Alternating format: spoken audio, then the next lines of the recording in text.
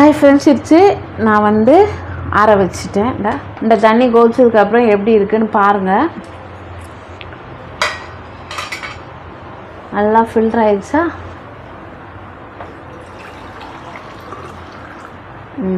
காலையில் அதை குடிச்சிக்கலாம். ஓகே, வச்சுட்டு இப்போ இதை நம்ம குடிக்கலாம்.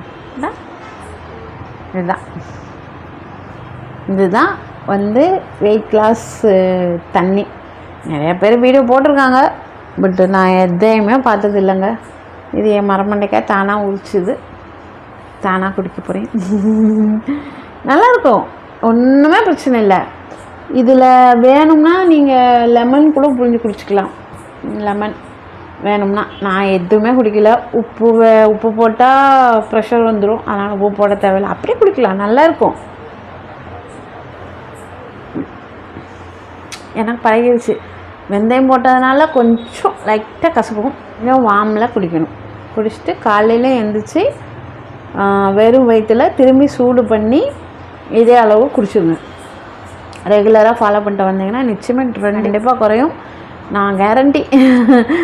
அதே சமயம் முக்கியமான விஷயம், பால் டீயே குடிக்கக்கூடாது, காஃபி குடிக்கக்கூடாது. Okay, bye, see you.